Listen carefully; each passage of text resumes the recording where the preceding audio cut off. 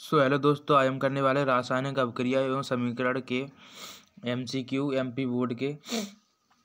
तो चलिए स्टार्ट करते हैं। पहला प्रश्न दिया हुआ है, रासायनिक समीकरण को उपयोगी बनाने के लिए निम्न में कौन उपयुक्त नहीं है।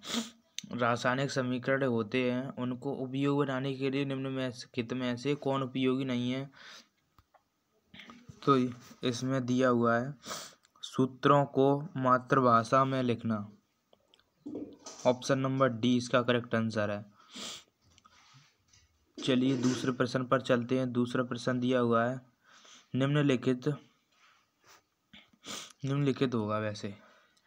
अभिक्रिया CuO प्लस H2Cu+H2O में किसका अपचयन होता है। किसका अपचयन है? CuO का। चलिए तीसरे प्रश्न पर चलते हैं। श्वसन किस प्रकार की रासायनिक अभिक्रिया है। तो श्वसन एक अपचयन अभिक्रिया है। चलिए चौथे प्रश्न पर चलते हैं। निम्नलिखित में कौन अभिक्रिया के लक्षण हैं। अभिक्रिया के लक्षण कौन कौन से हैं? अभिकारक के स्वरूप में परिवर्तन होना, ताप का उत्सर्जन, प्रकाश का उत्सर्जन, निम्न में से सभी, यानी कि ऑप्शन नंबर डी इसका करेक्ट आंसर। चलिए पांचवें प्रश्न पर चलते हैं।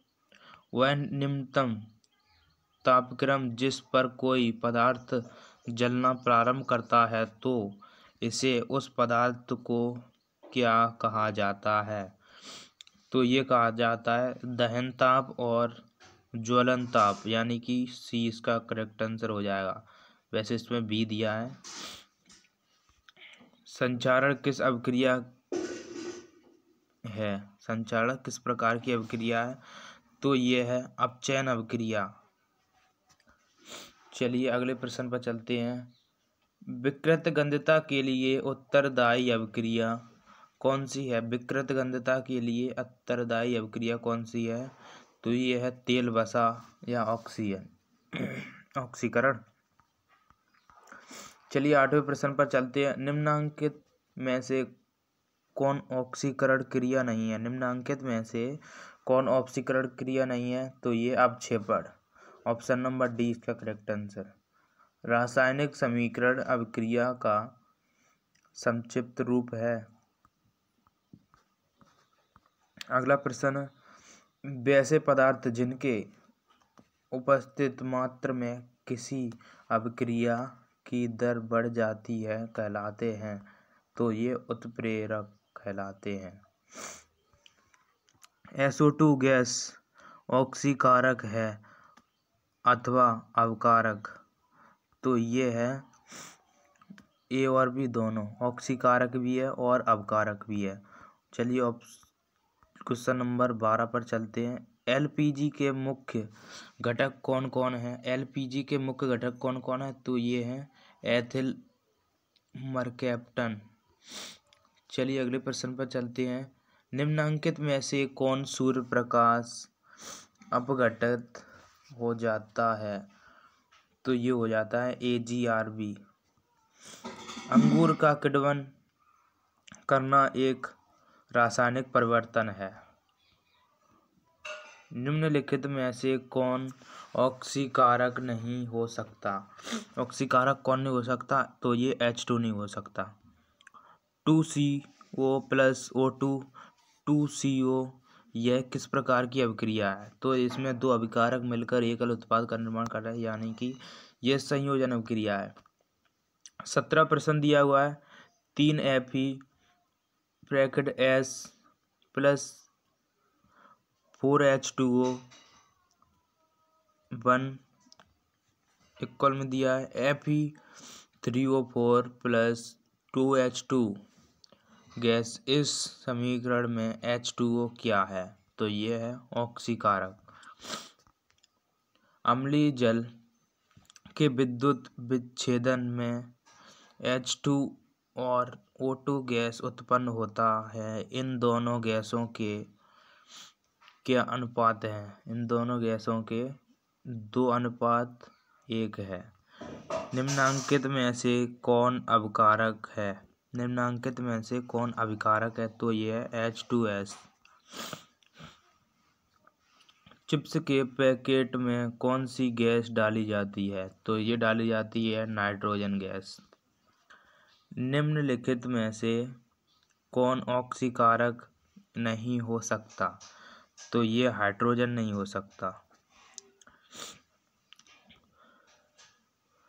चूना से दीवारों पर सफेदी करने पर बना भूजा चूना वायुमंडलीय CO2 से अभिक्रिया कर एक ठोस चमकदार पदार्थ बनाता है जो दीवार को चमकदार बनाता है।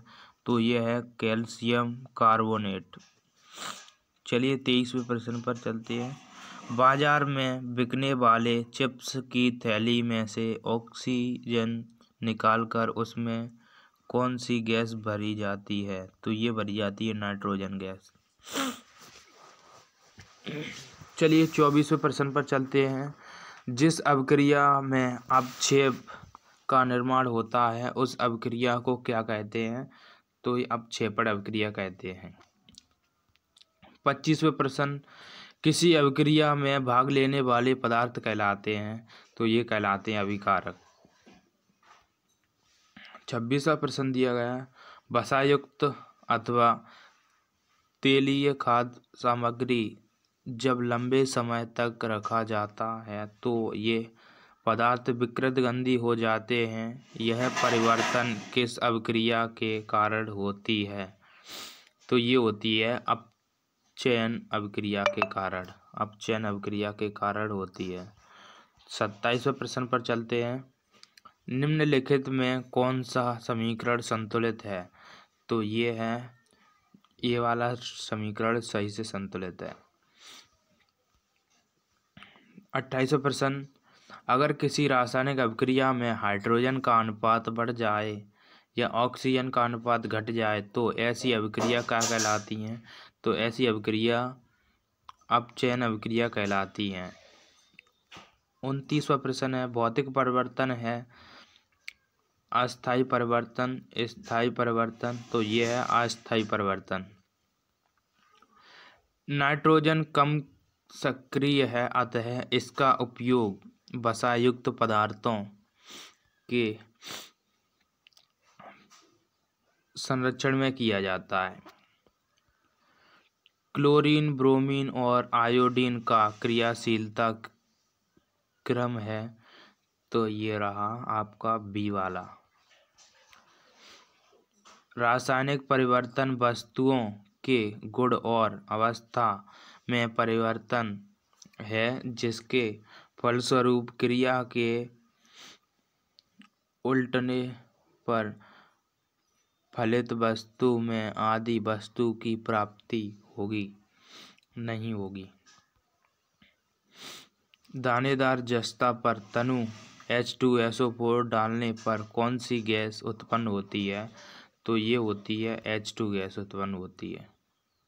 जब कोई धातु अपने आसपास अम्ल अर्थात आदि के संपर्क में आती है तो संक्षारित हो जाती है। तत्वों के ऊपर हरी परत और चांदी के ऊपर काली परत का चढ़ना निम्नलिखित में से किसका उदाहरण है? तो ये है संचारण का।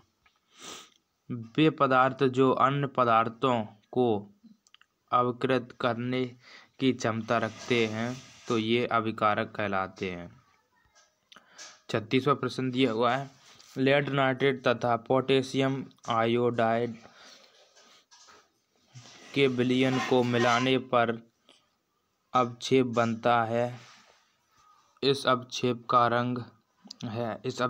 रंग है तो यह है पीला। नीचे दी गई अभिक्रिया के संबंध में कौन सा कथन असत्य है? तो ये डी वाला आपका असत्य है। नमक के घोल में सिल्वर नाइट्रेट का घोल डालने पर दही जैसा अवक्षेप उत्पन्न होता है। यह कौन सी अभिक्रिया है? तो यह अवक्षेपण अभिक्रिया है। 39वां प्रश्न है। ऐसा समीकरण जिसमें तीर के चिन्ह के दोनों ओर तत्वों के परमाणुओं की संख्या समान नहीं हो क्या कहलाती है? तो ये कहलाती है असंतुलित रासायनिक समीकरण। वायुमंडल में CO2 की वृद्धि से पृथ्वी पर जलवायु परिवर्तन की